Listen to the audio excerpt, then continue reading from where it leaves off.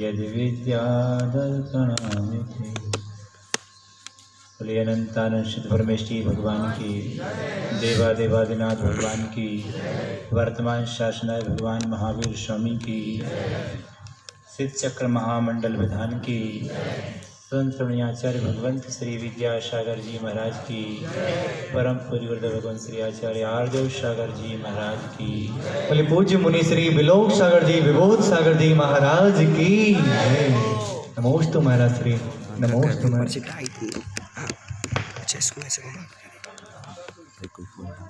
कहाँ ले गया है भगवान बोले फोटोग्राफर बने उसको वापस खोल के टाइप कर देना। हम सब एकत्रित होकर विश्ववंदनीय भगवान के श्री चरणों में इस भाव से अपने भावों को सजोकर लाए कि हे परमात्मा, अनंत आत्माएं आपके चरणों में आकर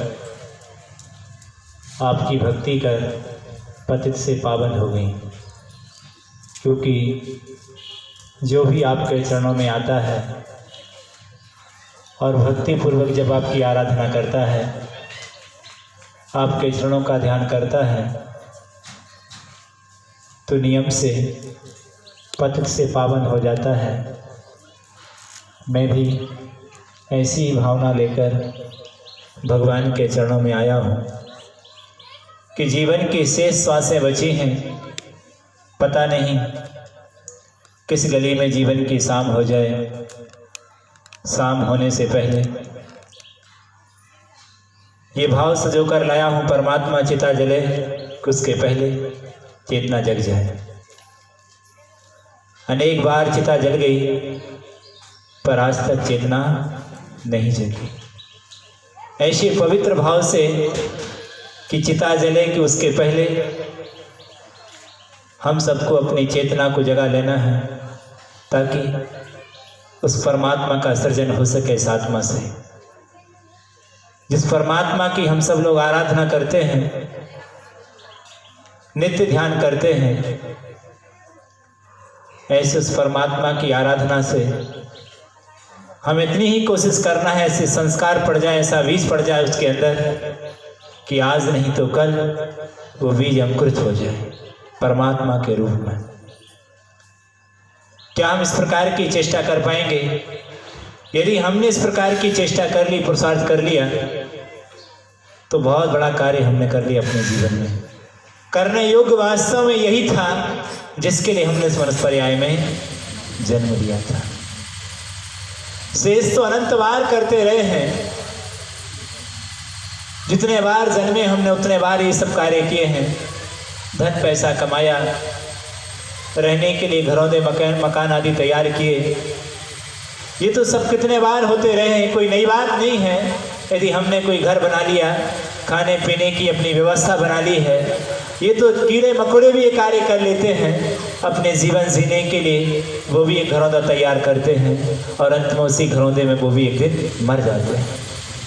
यदि ये सब कार्य हमने कर लिए और वही कीड़े मकोड़ों की तरह हमारा जीवन होगा कि एक दिन उसी घरौंदे में, उसी घर में हमारा जीवन का अंत हो जाएगा।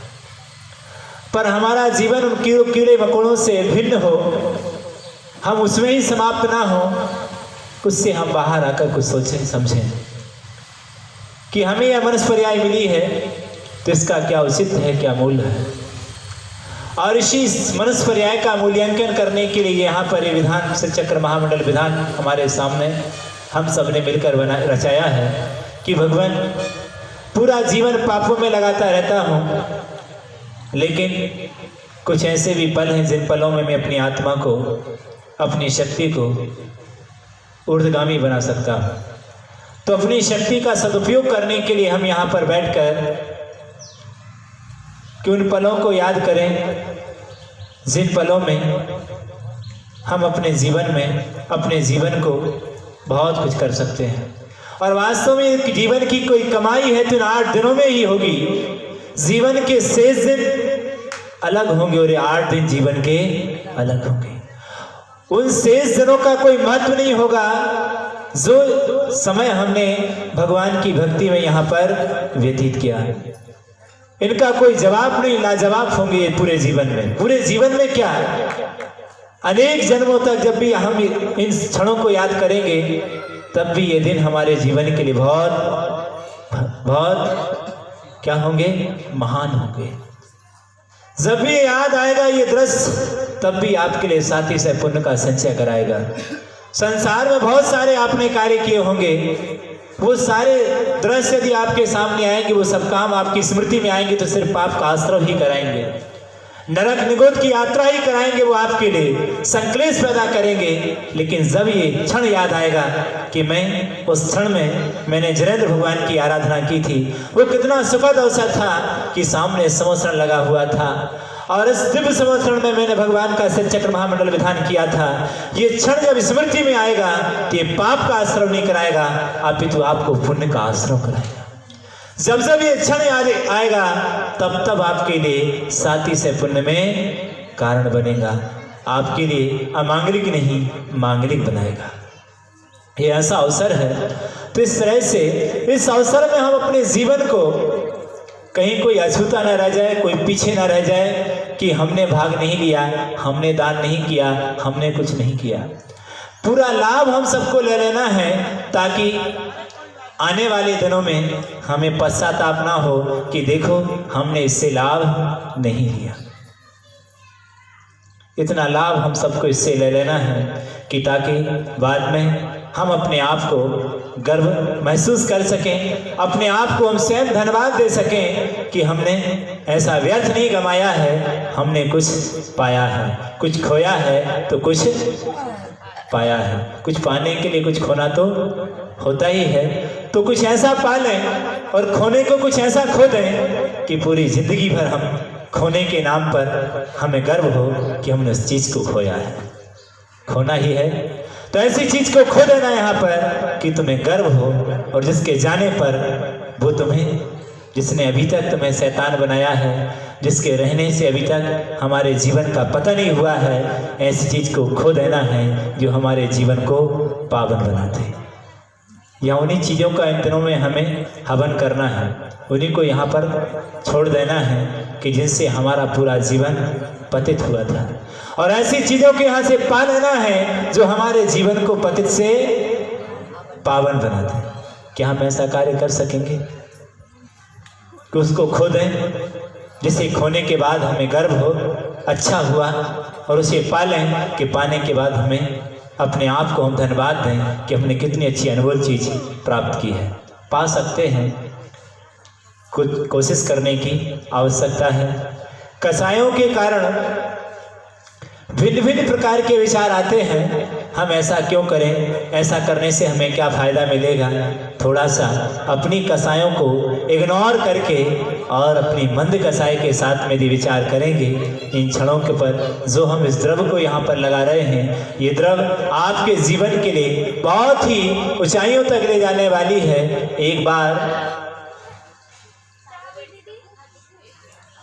एक बार सुनिए ध्यान से कि एक गांव में एक भिखारी रहता था, और वह भिखारी भगवान की भीख मांग रहा था। एक दिन किसी व्यक्ति ने कहा कि तुम ऐसा करो, यहाँ का एक सेठ, नगर सेठ है, यदि आप उसके पास में जाएंगे तो आपको इतनी संपत्ति विपुल में मिल जाएगी कि जिससे तुम्हारी भीख मांगना बंद हो जाएगा। बोले अच्छा, ऐसा भी करता है। सुना है कि वो व्यक्ति रोज नियम लेता है कि जो भी उसके घर पर जाता है उसको दान देता है। तो उसने भी ऐसी जब बात सुनी तो वह भी उसके पास चला गया, और जाने के बाद क्या हुआ, क्या देखता है कि जिस दिन वो उसके घर पहुंचा, क्योंकि वो सेठ रोज नियम लेता था कि मैं किसी ना कोई एक ना एक कोई नियम लेकर के निकलता था कि जो मिलेगा उसे मैं अपनी इच्छा अनुसार उसकी अनुकूलता को देखते हुए द्रव्य दूंगा। और उस दिन निकला तो उसका एक नियम था कि आज मुझे देना नहीं है, आज मुझे लेना है। वक्त क्या था, आज क्या करना है? आज देना नहीं है, दिया तो बहुत है, अब क्या करना है? आज तो लेना है। अब उस दिन भिखारी, क्योंकि जिसने सिर्फ लेने का ही आनंद लिया हो, देने का वो क्या जाने कि देने से क्या आनंद आता है। कभी जिसने खाया ही हो, कभी खिलाया ना हो, वो खिलाने का स्वाद नहीं जानता है। सिर्फ उसने दुनिया से मांगा ही था, मांगना ही जानता था, पर किसी को देना नहीं जानता था। आज जो सबको देता था वो राजा आज उसके सामने खड़ा था, और आज जैसे उसके सामने पहुंचा भिखारी, और भिखारी ने सोचा आज तो मुझे मिलने वाला है, वो रथ से नीचे उतरा, सोचा कि आज से हीरे मोती जवाहरात मुझे देगा, लेकिन आज वो खुद राजा झोली फैलाकर उसके सामने खड़ा हो गया। ये दृश्य देख करके घबरा गया कि ये क्या हो गया। मैं तो सोचा था, सामने वाले ने कहा था कि वहां जाना वो राजा है, महाराजा है, वहां जाने के बाद तुम्हारे सारे जीवन के संकट दूर हो जाएंगे, तुम्हारी सारी समस्याएं सॉल्व हो जाएंगी, वो सब कुछ देता है। लेकिन आज तो काम ये तो हमारे सामने खड़ा हो गया है झोली फैलाकर, ये हमसे याचना कर रहा है कि आप मुझे दे दें। उसने सोचा कि देखो मुझे गलत स्थान पर भेज दिया सामने वाले ने, कहीं लगता है कोई दूसरा भिखारी तो नहीं मेरे सामने आ गया है, मैं तुझे कहीं और उसने कहा था, और कहीं रॉन्ग नंबर तो नहीं लग गया है। सोचता रहा। मंत्री आदि खड़े थे, दृश्य देख रहे थे, और सब कह रहे थे कि तुम क्या करो जल्दी से, क्योंकि जो सबको देता हो और वक्त आ जाए उसको देने का, तो उस भिखारी से कह रहा था तुम्हारा भाग्य कितना बड़ा है। सोचो सारे विश्व में तुम छा जाओगे यदि तुम इनके लिए क्या कर दोगे, कुछ अर्पण कर दोगे। तो वक्त है, सारे कैमरे उसके पास से, सारे लोगों, हजारों लोगों की नजर उस पर टिकी हुई थी। ये देख कितना महान है, कितना अच्छा है, कहाँ से भी आज दे देगा तो इतिहास में इसका नाम अमर हो जाएगा। लेकिन माइजर कंजूस सोच रहा था कि दे कैसे दूं, मैं कैसे दे दूं। मन ही मन संकुचित हो रहा था, झोली में हाथ डाल रहा था और निकाल रहा था। दे कैसे दूं, कैसे दे दूं, इसके लिए मुझे बड़ी मुश्किल से मिला है, ऐसी थोड़ी मिल गया भीख में, 10 जगह में मांग मांग कर लाया हूँ, और मैं कैसे इनको दे दूं। बहुत सोच विचार कर, और लोग बार बार उसको कह रहे थे, और वो बार बार लोगों की ओर देख रहा था, और कह रहा था ये सब तो बुद्धू, मुझे बुद्धू बना रहे हैं, ये सब मुझे बुद्धू बनाना चाह रहे हैं कि तुम झोली साफ कर दो, दे दो पूरी झोली का सामने वाले की, हम क्या करेंगे, लुटा रहे हो तुम, क्या लुटाना चाहते हो, ऐसा मन में सोच रहा था। और बार बार बहुत संकुचित विचारधारा के साथ फिर भी सोचा कि ऐसा ना हो, गड़बड़ ना हो जाए मामला, और ना दे तो देश निकाला ना हो जाए, कुछ गड़बड़ ना हो जाए। ऐसा सोचते सोचते सोचते उसने क्या किया, एक दाना निकाल कर उस राजा की पोटली में, झोली में डाल दिया। सोचिए, राजा वो एक दाना लेके चला गया, और वो भी वहां से आगे बढ़ गया भिखारी। ये सोचता हुआ कि देखो तो मुझे कहाँ भेजा था कि तुम्हें बहुत सारा मिलेगा, मिलने के नाम पर तो मुझे देना ही पड़ा है, मिला तो कुछ भी नहीं है। दिन भर भीख मांगने के पश्चात घर पहुंचा है, और घर पहुंचते हुए यद्यपि खेद खिन्न था कि आज मुझे क्या हुआ है, देना पड़ा है। माइजर जो कंजूस होते हैं उनकी समस्या बहुत बड़ी होती है। देने के नाम पर क्या, वो लेने के नाम पर तो तैयार होते हैं, पर देने के नाम पर तैयार नहीं होते हैं। क्योंकि एक व्यक्ति कुएं में गिर गया, मर रहा था, उससे पूछा गया, दूसरा बचाने के लिए पहुंचा, उसने कहा दो, तो हाथ नहीं दे रहा था। क्या, तो मर जाएगा, बोले कभी नहीं बोलेगा, देने के लिए उससे को लो, हाथ क्या करो, लो, तो ले पकड़ लेगा। तुमने कहा दो, तो देने वाला नहीं है, मर सकता है वो, पर वो दे नहीं सकता है। ऐसी कहानी उसकी थी। दे तो दिया उसने, पश्चाताप था। घर गया, बच्चों ने उसकी पोटली झपट ली, और पोटली फट जाती है, गिर जाती है। सारे दाने देखते हैं, उन दानों में एक दाना सोने का था। क्या था?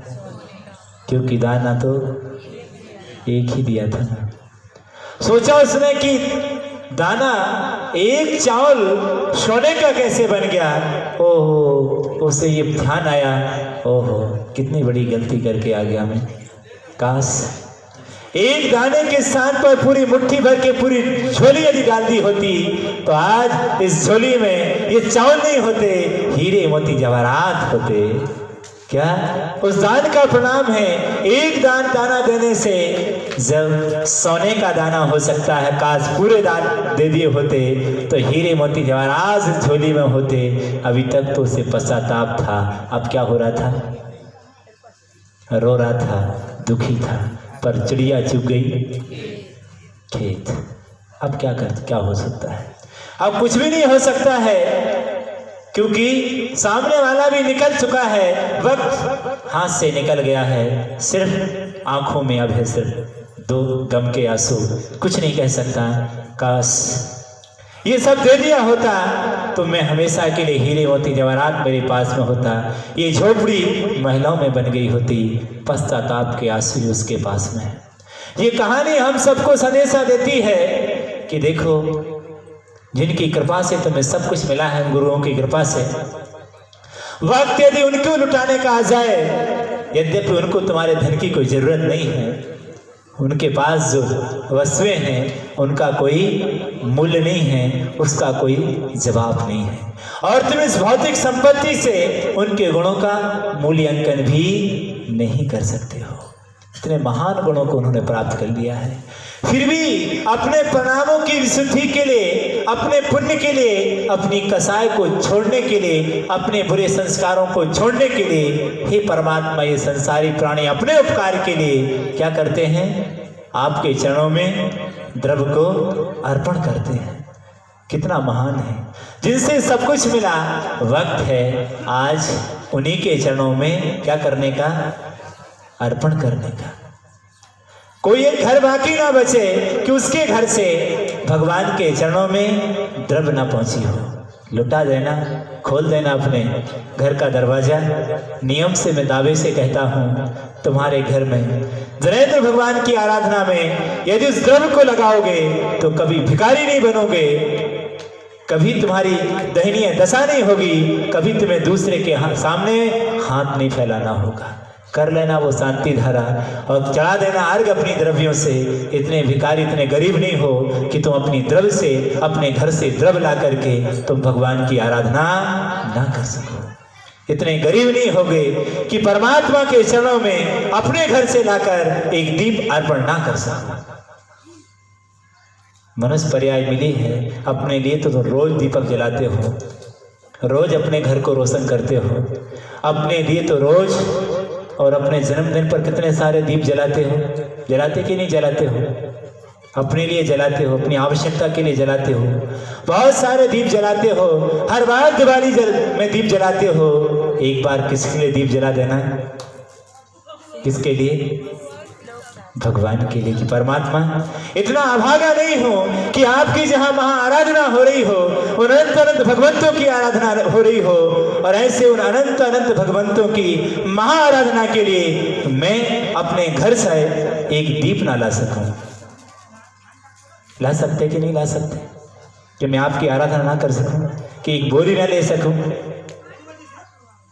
कितने दिन है हमारे सामने, कितने दिन और रह गए, कल का तो, और आज भी जाने वाला है।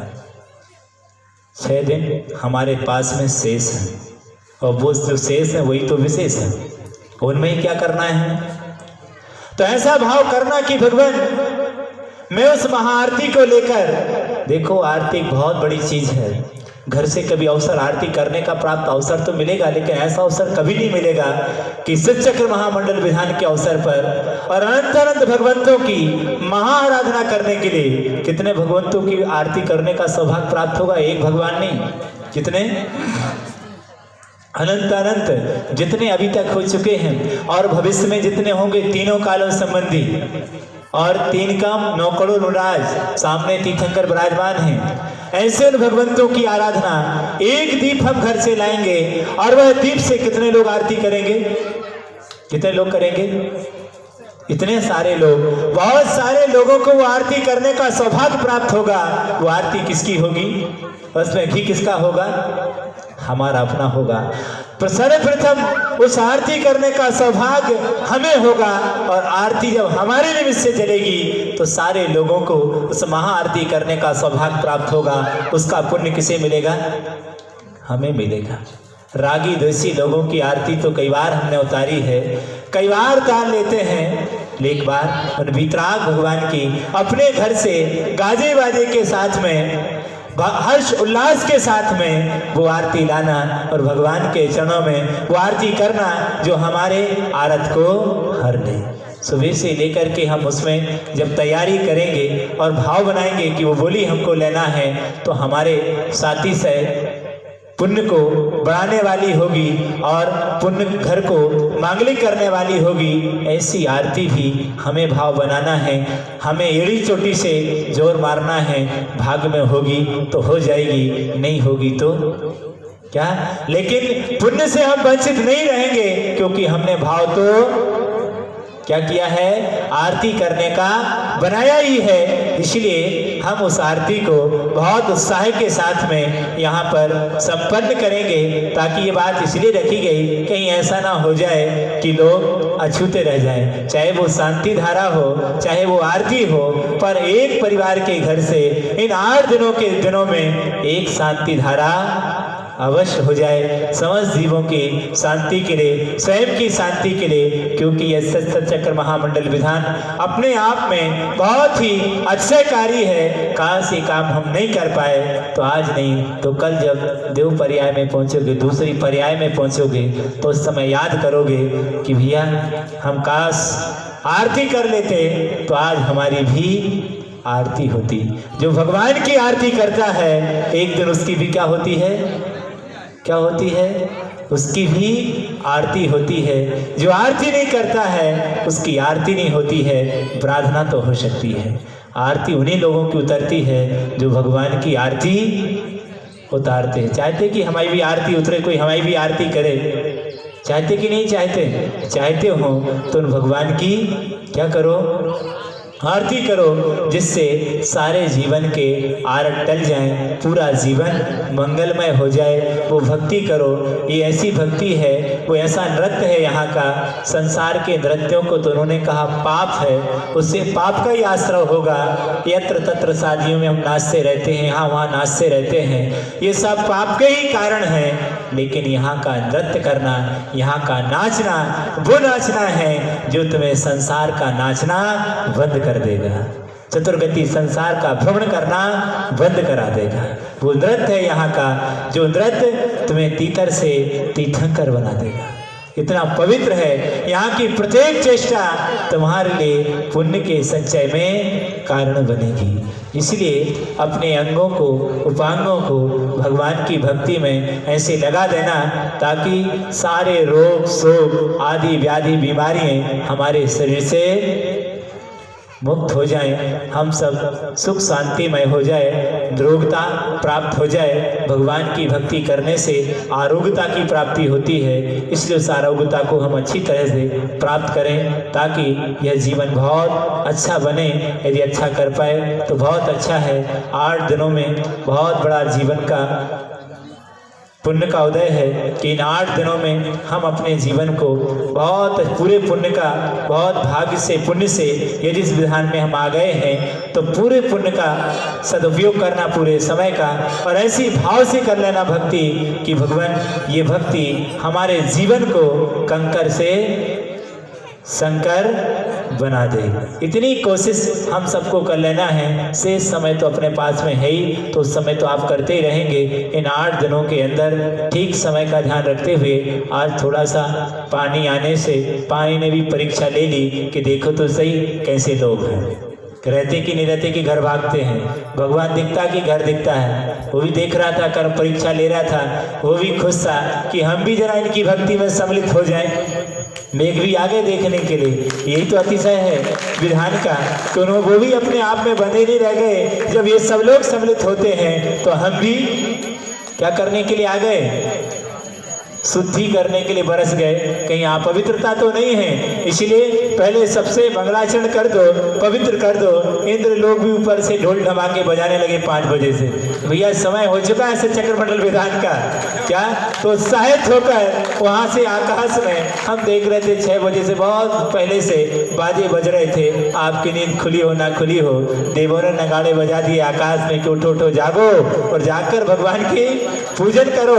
सारे इंद्र लोगों को कि यहाँ क्या कर रहे हो, वो प्रमाद मवधूय भजत में। इस प्रकार से कल्याण मंदिर में एक स्तुति करते हुए आचार्य भगवंत ने कहा है कि वश्य हुए नगाड़े ये संकेत कर रहे हैं कि वो प्रमाद मवधूय भजत ने।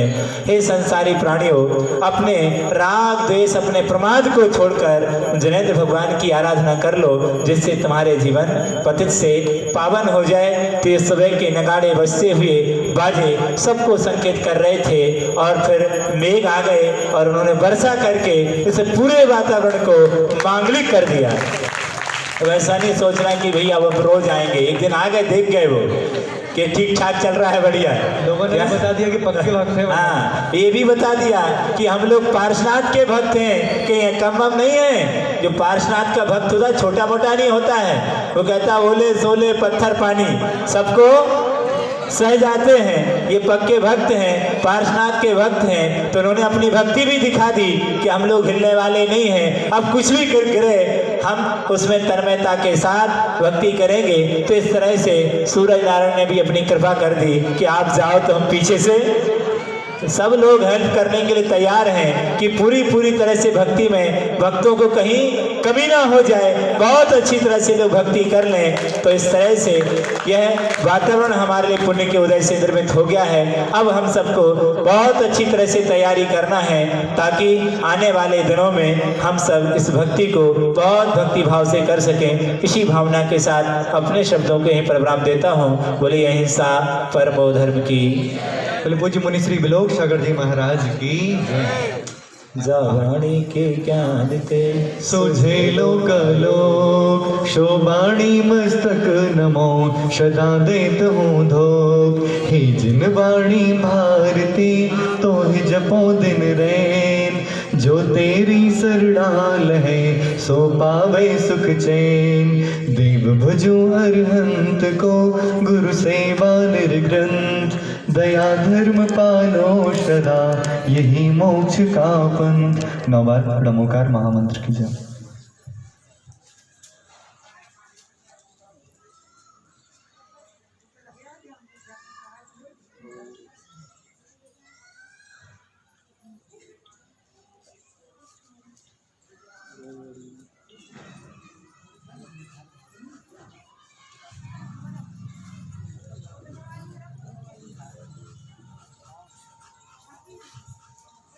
लिदात्सांग जिनवाणी माता की जय। संत श्रोमणी आचार्य गुरुवर विद्यासागर जी महाराज की जय। आचार्य गुरु